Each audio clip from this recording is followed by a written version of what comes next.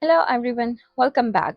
In this lesson, we will learn how to pre-process Landsat 8 Collection 2 Level 2 imagery before performing any remote sensing analysis. This is one of the most important steps because raw satellite imagery contains clouds, cloud shadows, and atmospheric effects that can significantly reduce the accuracy of our results. So let's begin. So we'll begin by creating a function called mask layer that named as a mask LH9SR. Inside this function, we have used a QA pixel band. The first thing we do is to access the QA pixel band.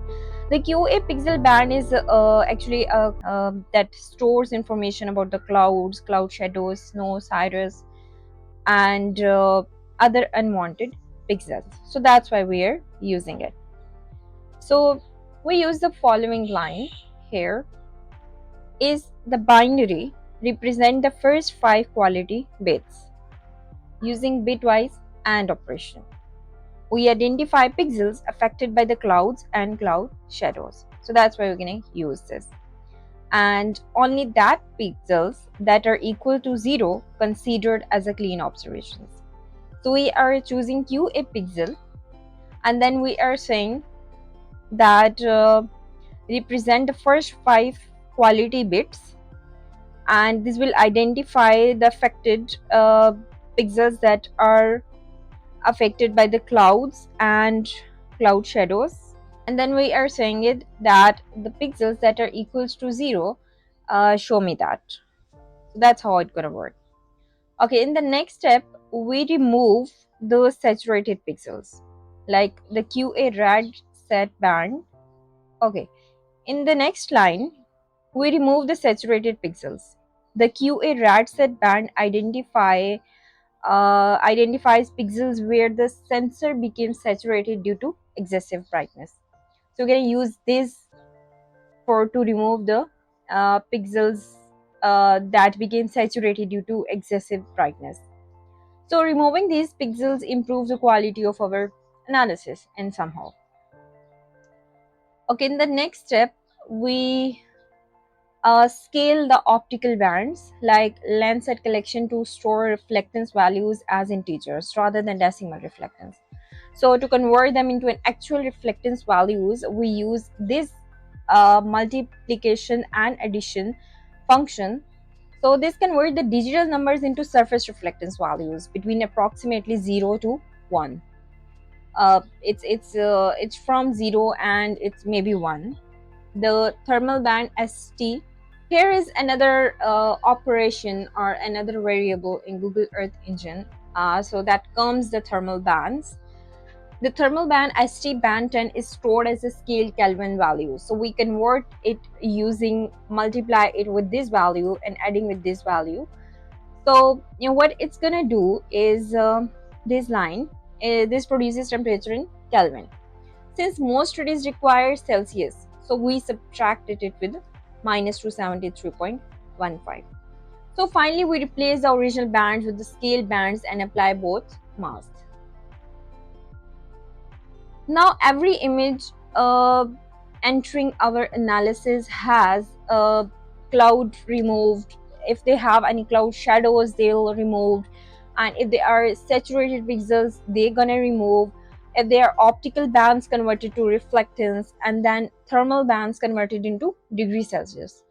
So this pre-process step is essential before calculating any indice you're gonna do or any other environmental indice. So this is the most important step to do for the Landsat 8 imagery or any Landsat series.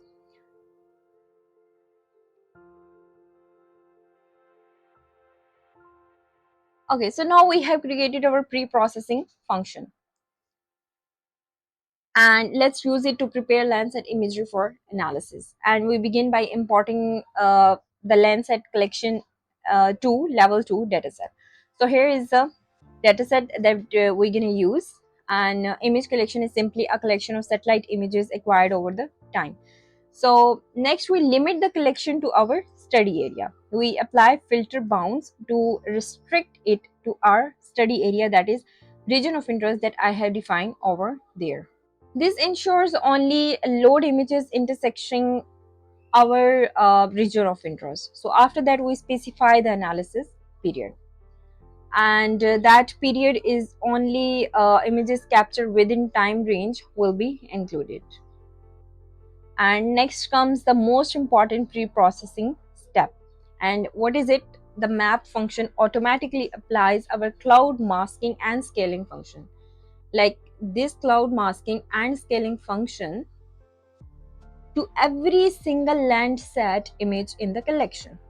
Like it's instead of processing images one by one, Earth Engine perform the operations across the entire dataset. So we can inspect the process collecting uh, using only we can inspect the processed collection using this. So the console display the number of images, acquisition dates, metadata, available bands, and everything. However, we usually don't want to analyze dozens of images individually. Instead, we create one representative images. So for that, we create a median function over here. So the median composite calculate the median pixel values across all images. So this method effectively reduce any remaining clouds, contaminations, or produce a cleaner, more stable image. So after all of that, the result is a single cloud-free composite representing the selected time period. Okay, this composite becomes the foundation of all the subsequent analysis, including vegetation, water, any other analysis you're gonna do. Okay, so now we are going to calculate land surface temperature using Google Earth Engine and Landsat 8 collection to level 2 imagery. So Landsat temperature represent the temperature of the Earth's surface rather than the air above it. So it is an important environmental parameter used to study urban heat islands, climate change, droughts, and agriculture, and many more. So I will explain every line of the code, how you can do land surface temperature using Google Earth Engine, how to visualize the temperature map, and finally export it as a GeoTIFF. So let's get started.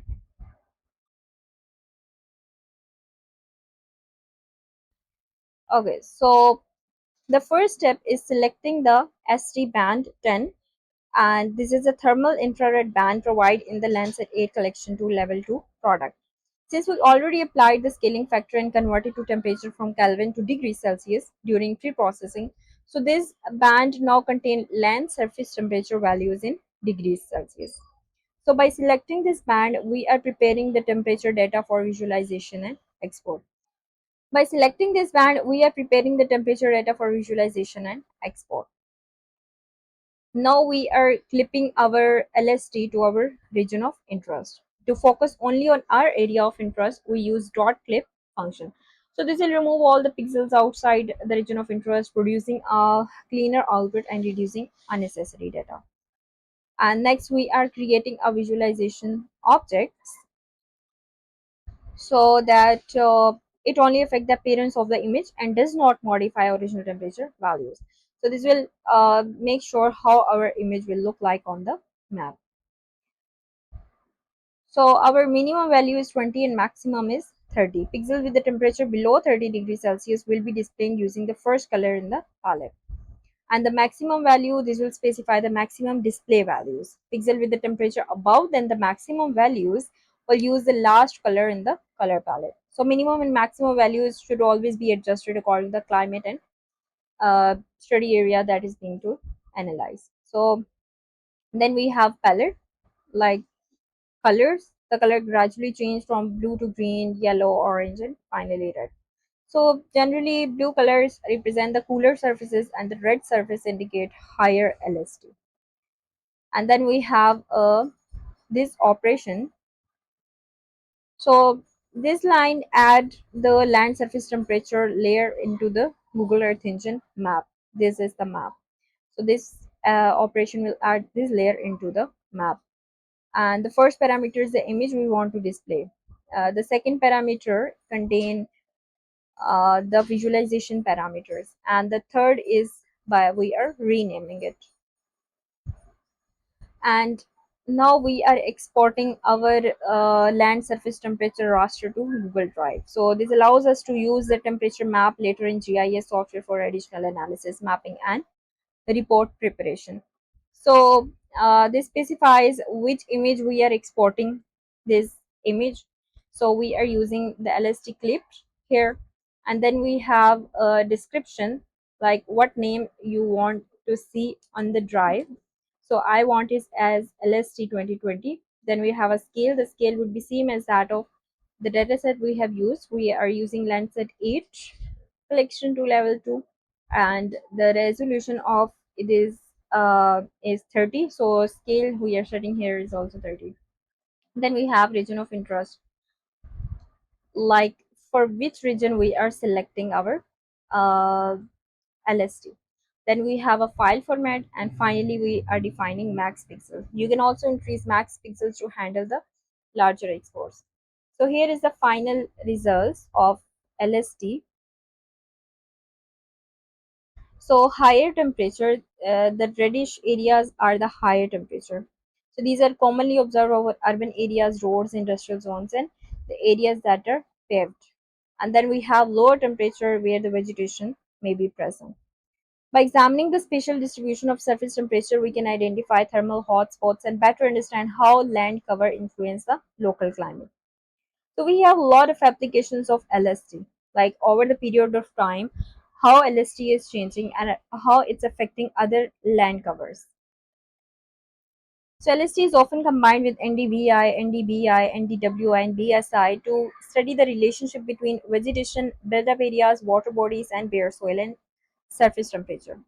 So here's how we can calculate land surface temperature in Google Earth Engine using Landsat 8.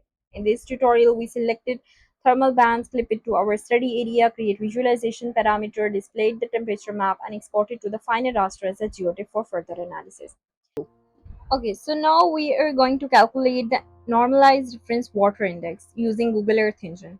So NDWI is one of the most widely used spectral indices for detecting and mapping the surfaces of water bodies such as rivers, lakes, and ponds, wetlands, and flooded areas. It enhances water features while suppressing vegetation and build up land, making it an essential tool for hydrological and environmental studies. So I will explain the complete code line by line, discussing why each step is important and show you how to export the final NDWI map as a GeoTIFF for further analysis in GIS software. So let's calculate NDWI.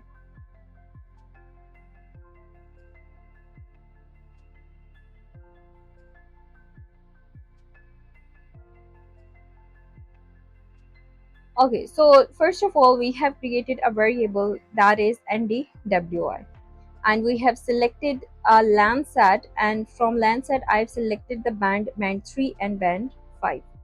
So band 3 is the green band.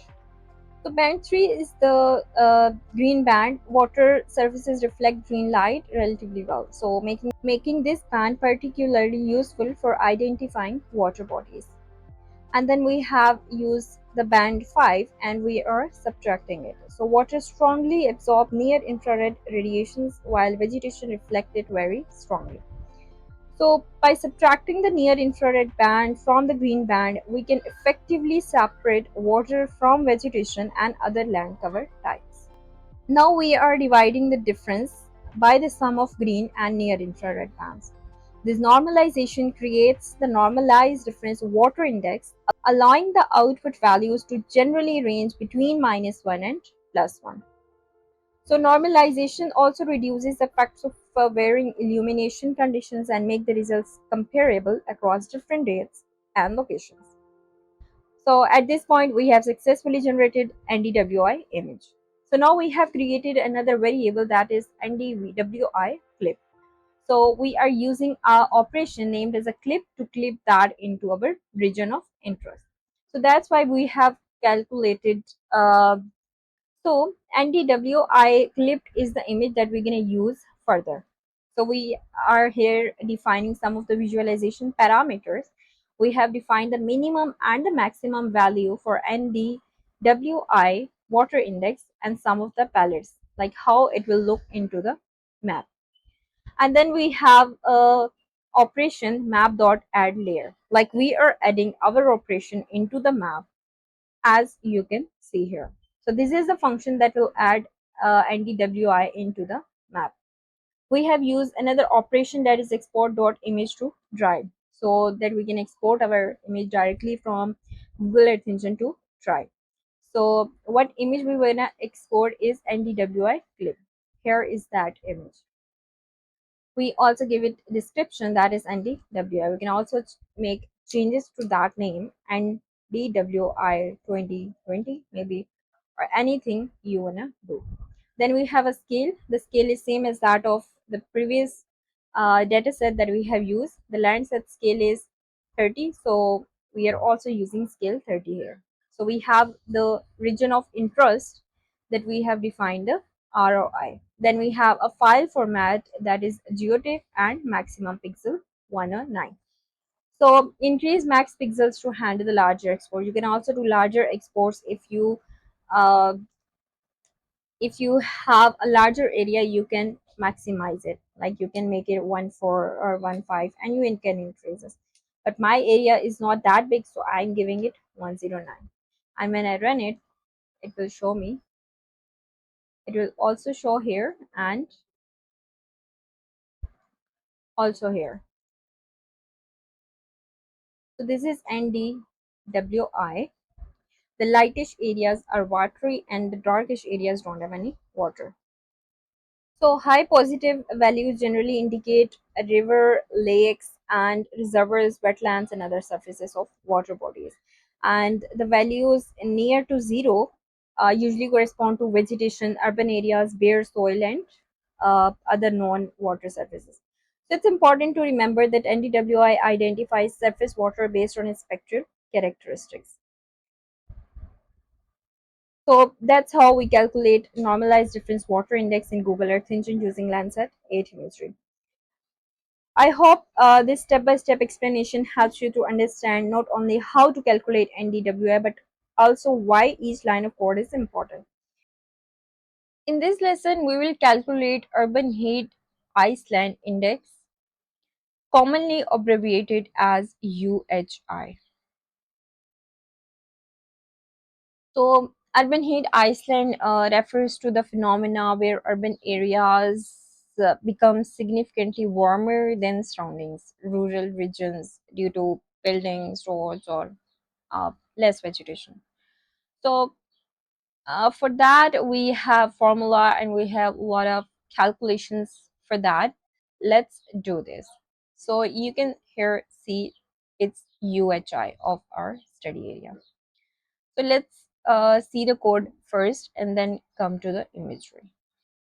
Okay, so first we have selected a band. So first we select the land surface temperature band. Like we have calculated LST and then we have selected the band for that. So what it's actually do, we use the unclipped image. That's unclipped image to ensure statistical calculations are based on the entire study area before clipping the final results. So next we calculate the mean land surface temperature. So here we're going to calculate mean land surface temperature. This gives us one average temperature value for the whole study area. And similar to that, we have also computed the standard deviation for our study area. And we have calculated this and this. And now we're going to calculate urban heat Iceland. And this standardizes the temperature values. Pixel with positive values indicate hotter than average regions, and negative values indicate cooler than average regions.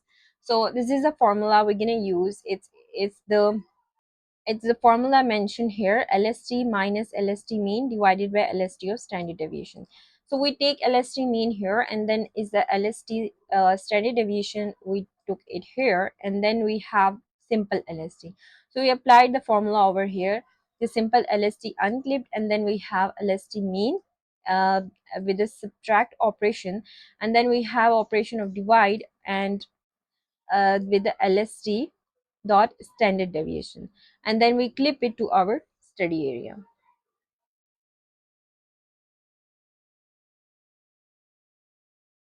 So in the next step, we have defined some of the palettes. How will our UHI look like? Like whether the higher UHI values have the reddish color and the lighter have light colors. So this is how we explain our palettes. And finally, we have added our UHI into the map here. It will show us here. It will show us here. Then we have an export function, and in this function we're gonna do is exporting our image into the drive to use it in other softwares like ArcPro, QGIS, and other GIS softwares you're gonna do. So in the export dot image to drive, we have different inside operations in it. The first one is what is the image that we're gonna use. So it's UHI, and I am renaming it as UHI, and the scale is same as that of the dataset. So we are using Landsat 8, it's 30 meter, so it's same as that of 30 meter. Then we have selected our region, that is region of interest. Then we have a file format, that is GeoTIFF, and max pixel, that is 1A9. Finally, we visualize a UHI map using the color palette ranging from cool blue to hot red, and export the raster as a GeoTIFF for the further GIS analysis. So the area you can see, the dark reddish areas have the highest UHI, and the greenish areas have the vegetation here. So let's explore it with the satellite imagery. And now we can clearly see that there is a vegetation, and these areas are showing the dark blue color. It means that UHI values here are low, and the values over here, because of that pervious land, we have the UHI value greater.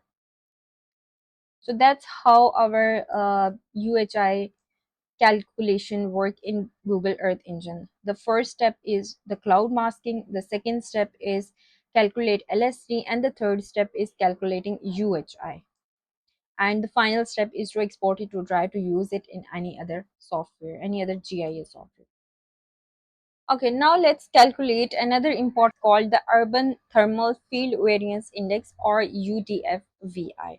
So UTFVI is widely used to evaluate the ecological quality of urban environments based on land surface temperature. So let's get started and calculate it. Okay, so we have the formula over here. UTFVI is equals to LST minus LST mean and divided by again LST mean. So unlike UHI, UTFVI measures the relative deviation of each pixel's temperature from the overall average. So we begin with the land surface temperature image and subtract the mean temperature.